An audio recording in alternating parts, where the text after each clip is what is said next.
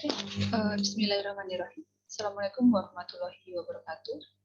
Untuk kali ini penjelasan di materi pengantar akuntansi 2 masuk ke materi terkait dengan persediaan. Jadi, yang disebut dengan persediaan itu merupakan suatu aset berwujud yang diperoleh oleh suatu entitas untuk dijual kembali dalam kegiatan normal perusahaan. Dan juga diperoleh untuk diproses terlebih dahulu, tapi kemudian juga difungsikan untuk dijual. Jadi, misalkan dalam suatu perusahaan itu membeli barang setengah jadi. Barang setengah jadinya nanti itu akan diproses menjadi barang yang siap untuk dijual. Sehingga nanti proses produk akhirnya itu merupakan produk yang siap untuk dijual. Jadi itu masuk dalam klasifikasi ke persediaan. Jadi untuk aset yang diperoleh dalam bentuk semua untuk dijual kembali itu disebut dengan merchandise inventory. Jadi yang disebut dengan merchandise inventory itu merupakan persediaan barang dagang. Istilah akuntansi persediaan barang dagang itu merchandise inventory. Aset yang diperoleh dalam bentuk yang sama untuk dijual kembali. Tetapi kalau misalkan ada persediaan itu diperoleh kemudian diproses sebelum dijual, itu merupakan persediaan barang baku. Jadi yang masuk klasifikasi dalam persediaan barang baku itu persediaan itu diperoleh. Kemudian diproses, ada prosesnya. Untuk kemudian baru dijual. Itu masuk klasifikasi persediaan bahan baku. Ada lagi, masuk barang dalam proses. Kemudian menjadi produk jadi. Itu merupakan siklus yang ada dalam perusahaan manufaktur. Jadi diawali dari persediaan bahan baku. Kemudian yang kedua ada barang dalam proses, work in process. Yang ketiga baru masuk ke persediaan barang jadi. Tetapi dalam bab ini kita akan bahas untuk persediaan barang dagang aja atau merchandise inventory. Jadi perusahaan itu membeli produk yang udah jadi untuk kemudian dijual kembali tanpa mengubah bentuk dan fungsinya. Masuk ke merchandise inventory atau disebut dengan persediaan barang dagang.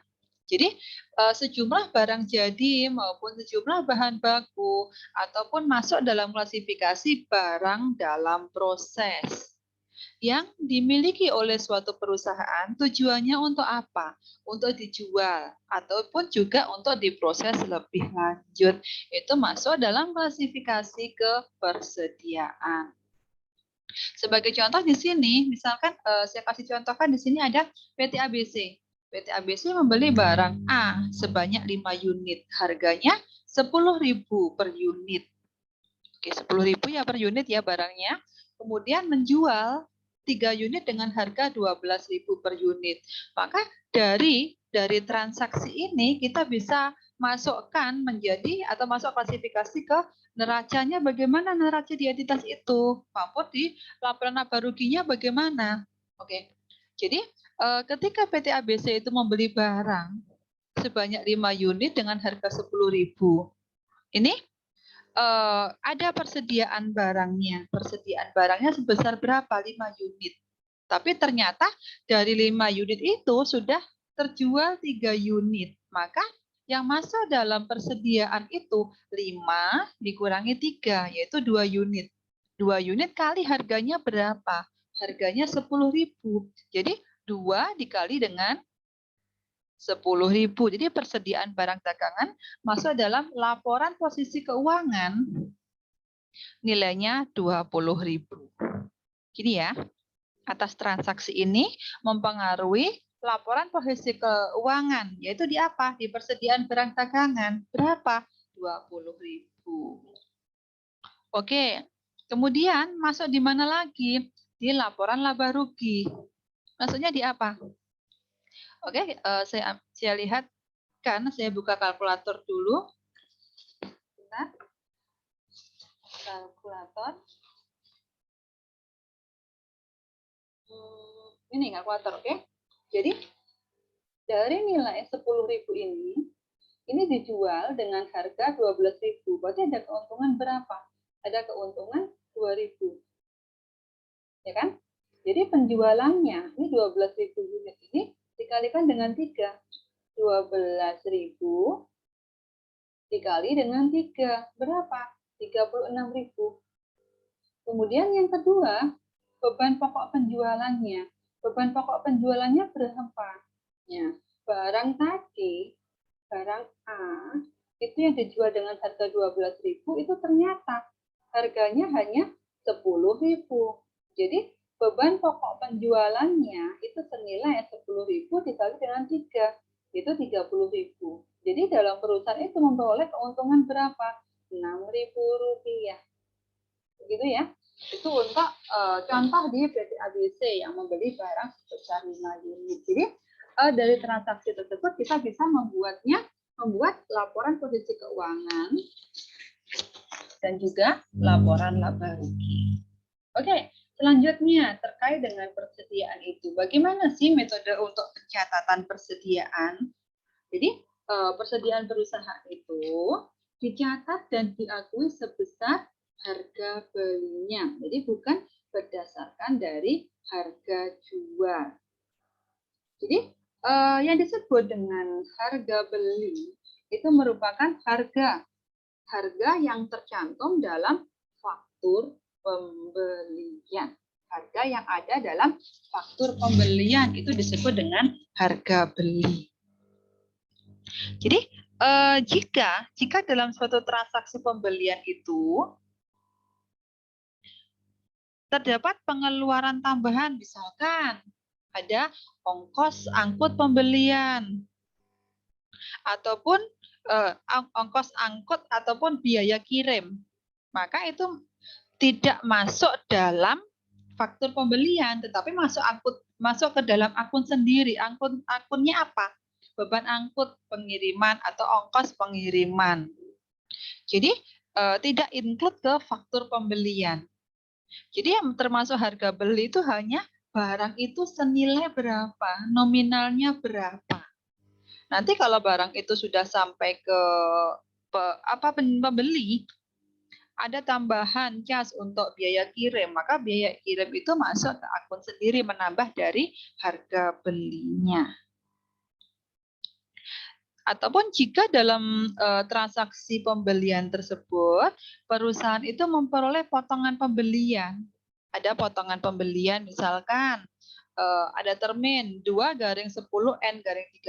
Jadi kalau misalkan perusahaan itu membayar maksimal 10 hari setelah transaksi, itu dapat potongan 2%. Jadi ada dari pembelian tadi, itu ada potongan. Maka itu tidak mengurangi langsung di harga belinya, tidak. Tetapi itu nanti akan dikurangi, ada masuk ke akun sendiri, yaitu akun di potongan pembelian. Jadi intinya, walaupun akun itu yang akhirnya akan dijumlahkan ketika kita menghitung beban pokok penjualan, tetapi dalam persediaan barang itu, yang namanya persediaan barang itu harus dicatat berdasarkan harga belinya. Jadi terkait dengan itu, ada 2 metode yang dipakai untuk bisa menghitung dan mencatat persediaan. Yaitu pertama dengan menggunakan metode fisik atau juga disebut dengan metode periodik. Metode fisik atau disebut dengan metode periodik. Yang disebut dengan metode fisik itu apa?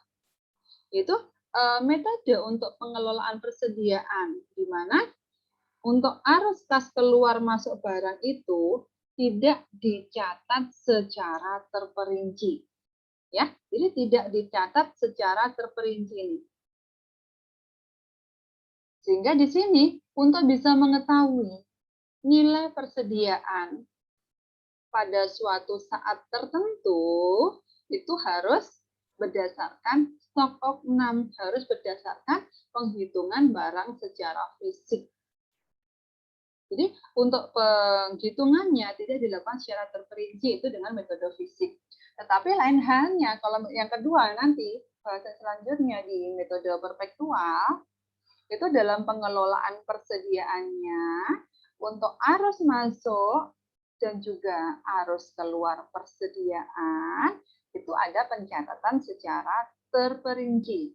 Jadi terkait dengan metode pencatatan ini ada dua metode, yaitu dengan menggunakan fisik dan perpektual. Dalam metode fisik itu ada FIFO, first in first out, ada LIFO, last in first out, ataupun dengan menggunakan metode rata-rata. Jadi metodenya sama. Walaupun menggunakan fisik maupun perpektual, itu metode yang digunakan sama. Oke, yang pertama kita akan bahas dulu terkait dengan metode fisik. Jadi untuk pengelolaan persediaannya tidak dilakukan secara terperinci. Ketika entitas itu mengetahui berapa sih sebenarnya posisi persediaan pada bulan tertentu, maka dilakukanlah stock of num atau penghitungan secara fisik di gudang. Jadi di sini untuk penggunaan metode fisik di sini mengharuskan dari penghitungan barang yang ada yang tersisa pada akhir periode akuntansi. Jadi ketika menyusun laporan keuangan. Jadi di sini persediaan barang dagangan awalnya berapa? Nah, persediaan barang dagangan awal itu diketahui dari saldo di bulan sebelumnya. Oke, ditambah besarnya pembelian yang ada di bulan ini berapa? Baru akan menghasilkan persediaan akhir. Dari persediaan totalnya di sini tadi dikurangi dengan persediaan yang ada. Hasil stok of num-nya itu berapa? Baru akan menghasilkan beban pokok penjualan. Jadi yang disebut dengan beban pokok penjualan itu diperoleh dari harga beli total.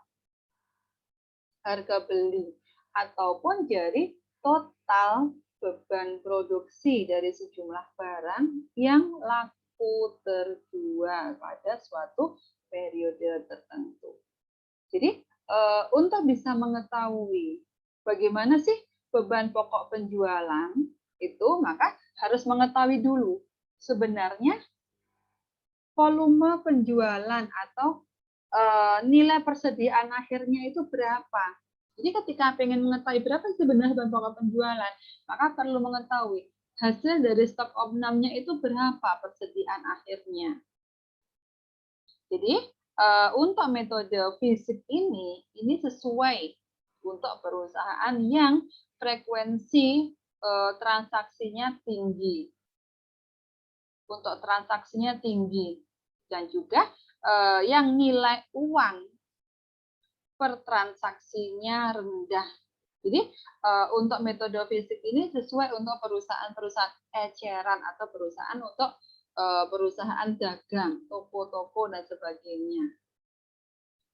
Jadi untuk penghitungan fisik atau stock of num dari persediaan itu harus ditentukan berapa sih sebenarnya jumlah persediaan barang yang dimiliki. Jadi setelah diketahui untuk volume persediaannya, maka jumlah barangnya itu dikalikan dengan harga beli per unit. Jadi seperti itu. Masalahnya apa? Jadi masalahnya jika nanti harga belinya itu ternyata berbeda. Harga belinya berbeda satu dengan yang lain. Misalkan harga beli untuk spidol snowman yang belinya tanggal 15 itu satu box harganya 15.000 misalkan. Tapi yang belinya di tanggal 25 April harga per boxnya 50.000. Nah, itu jadi masalah. Ini untuk penentuan harga belinya berapa? Kalau misalkan ketahuan produknya sama, tetapi harga belinya berbeda, itu akan memunculkan masalah dalam suatu entitas. Jadi untuk permasalahan di sini, jika harga beli barang itu berbeda satu sama yang lain, maka perusahaan itu memiliki pilihan untuk bisa menggunakan beberapa harga beli yang berbeda tadi. Jadi untuk bisa menentukan harga beli yang difungsikan untuk penentuan nilai persediaan, maka ada beberapa metode yang digunakan perusahaan, baik itu menggunakan FIFO, menggunakan LIFO, maupun bisa menggunakan average atau metode rata-rata. Jadi kita pertama dulu kita contohnya untuk metode FIFO. Jadi dalam metode FIFO ini, barang yang masuk atau dibeli atau diproduksi, barang yang masuk pertama, keluar pertama. First in, first out. Barang masuk atau dibeli atau diproduksi terlebih dahulu akan dikeluarkan atau dijual pertama kali. Sehingga di sini yang tersisa pada akhir periode itu barang yang berasal dari pembelian atau produksi terakhir. Karena barang masuk first in, masuk pertama, first out akan keluar pertama. Sebagai contoh di sini ya, untuk PT Niaga Jaya. Niaga Jaya merupakan distributor dari microwave merek Hotmix yang lokasinya di Jakarta Selatan. Jadi selama bulan Januari ini, data yang dimiliki perusahaan itu sebagai berikut. Jadi di sini untuk ada transaksi, ada 4 transaksi di sini. Jadi totalnya transaksi tadi senilai 1.000 unit untuk jumlahnya dan juga nilainya 609 juta. Oke, ini ya totalnya. Jadi keterangannya di sini, selama bulan Januari, perusahaan itu menjual 700 unit microwave kepada pelanggan secara tunai dengan harga jual sekian. Langsung aja ke mutasi. Nih. Jadi, untuk mutasi di transaksi tersebut, hasil penghitungan WC menunjukkan jumlah persediaan pada akhir bulan Januari 300 unit microwave. Karena perusahaan menggunakan metode FIFO, maka dari 300 tadi, harga beli microwave yang digunakan adalah harga terakhir, yaitu sebanyak 100 unit. Menggunakan harga 675. Maka ditentukan dari 300 tadi, ternyata untuk harga persediaan yang digunakan itu sebesar senilai 675. Jadi 100 dikali dengan 675. 67.500.000. Dan sebanyak 200 unit itu menggunakan harga ini. Jadi sekian ditentukan. Dan karena untuk hasil stok opnam menunjukkan untuk nilai persediaannya pada bulan Januari itu 300 unit, nilainya 195.500, maka beban pokok penjualannya berapa? Jadi yang disebut dengan beban pokok penjualan kan biaya yang dikeluarkan untuk memproduksi barang tersebut. Jadi kita mengetahui dulu untuk persediaan awalnya di 1 Januari 2012 itu berapa? Dilihat tadi di sini 137.500.000. Ya kan? Oke. Nih. Pembeliannya berapa? Pembeliannya yaitu sebesar 417.500. Dari mana nilai 417.500 itu? Oke, kita lihat di sini transaksinya 180 ditambah 224 ditambah 67.500, 180 ditambah 224 ditambah 67, 471. Ini salah ketik. 471.500 di sini Ya. Jadi persediaan totalnya berapa? Persediaan totalnya ini dari persediaan awal di 1 Januari, akumulasinya ini kan tadi 471.500 diperoleh dari pembelian dari tanggal 12 sampai tanggal 31 Januari. Ditambah dengan persediaan di 1 Januari. Persediaannya berapa? 137.500. Jadi sekian. Selanjutnya di sini hasilnya berapa totalnya? 609 juta. Sama kan? Persediaan akhir dari hasil stok opnam tadi sekian. Jadi beban pokok penjualannya berapa? 413.500.000. Jadi biaya yang dikeluarkan untuk memproduksi suatu produk. Jadi HPP dibagi dengan besarnya COGS-nya. Nilai beli sebesar 471.500, di sini bukan 17 ya, 471.500 adalah nilai beli pada bulan Januari 2012 untuk 3 kali transaksi pembelian, yaitu di tanggal 12, 21, dan 31 Januari 2012. Jadi dengan menggunakan metode fisik, kita bisa mengetahui berapa saldo akhir persediaannya itu ketika sudah selesai stok opnam. Dan persediaannya tidak bisa diketahui secara rinci kalau kita tidak melakukan stok opnam. Jadi itu untuk metode fisik. Jadi yang kedua, dengan menggunakan metode fisik, LIFO, last in first out, barang yang masuk pertama kali, barang masuk yang terakhir last ya, last barang yang masuk terakhir maka akan keluar pertama. Jadi untuk metode ini, barang yang masuk ataupun dibeli atau diproduksi paling akhir itu akan dikeluarkan atau dijual paling awal. Jadi untuk barang yang tersisa pada akhir periode itu merupakan barang yang dari pembelian atau produksi di awal. Kenapa? Karena barang masuk, oke, itu barang masuk pertama, barang masuk terakhir itu akan dikeluarkan pertama. Jadi seperti itu kalau last in first out. Sebagai contoh di sini untuk PT Niaga. PT Niaga itu menggunakan metode LIFO. Maka akan menghasilkan nilai persediaan akhir yang berbeda di mana hasil penghitungan fisik menunjukkan jumlah persediaan pada akhir bulan 300 unit microwave. Ternyata di akhir bulan itu untuk persediaan akhirnya senilai 300 unit.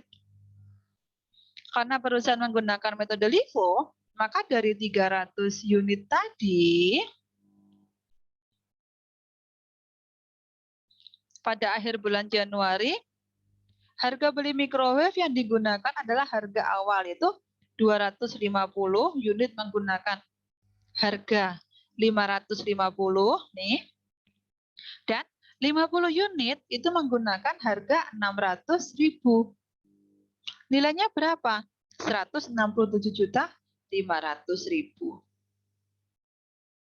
Karena hasil stok opnam menunjukkan bahwa untuk nilai persediaan pada akhir bulan Januari itu sebanyak 300 unit, nilainya 167.500.000, maka di sini untuk beban pokok penjualan bulan Januari berapa?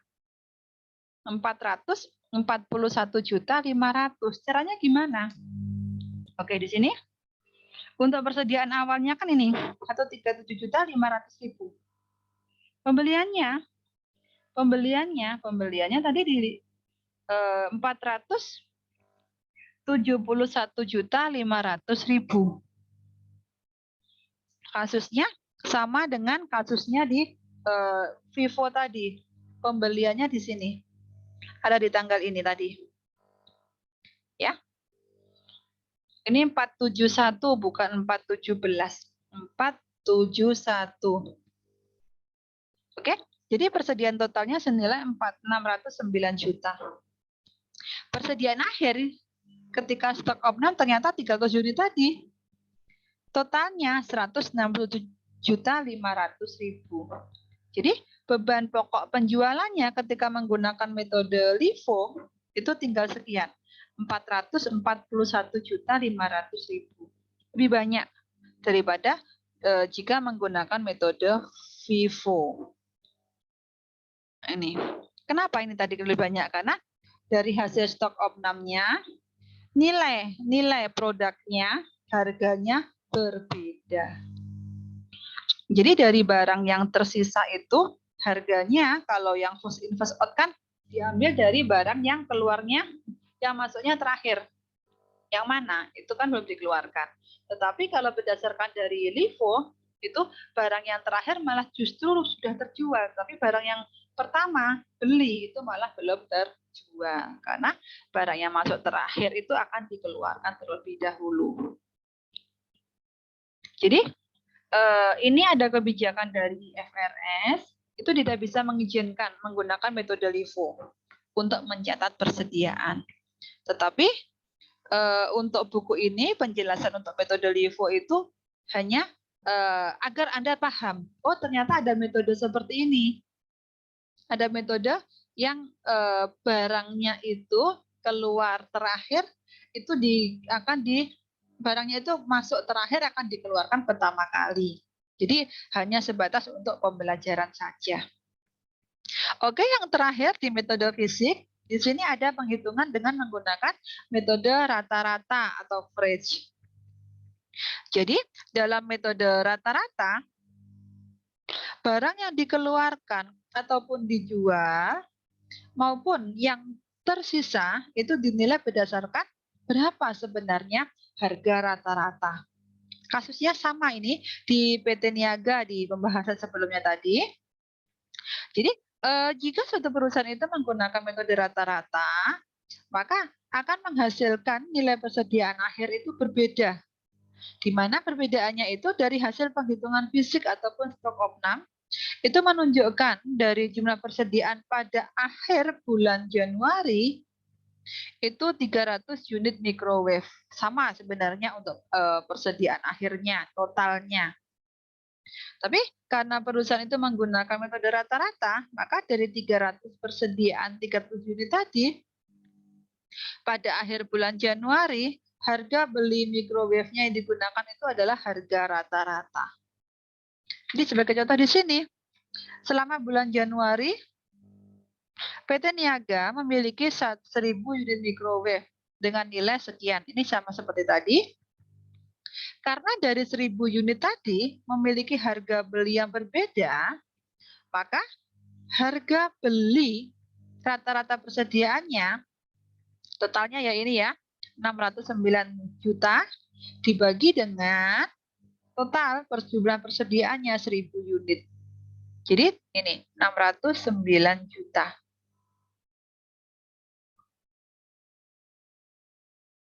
Kok juta ini ribu ya? Per unitnya 609.000. Jadi untuk nilai persediaan perusahaan pada akhir bulan Januari itu 609.000 dikali dengan 300.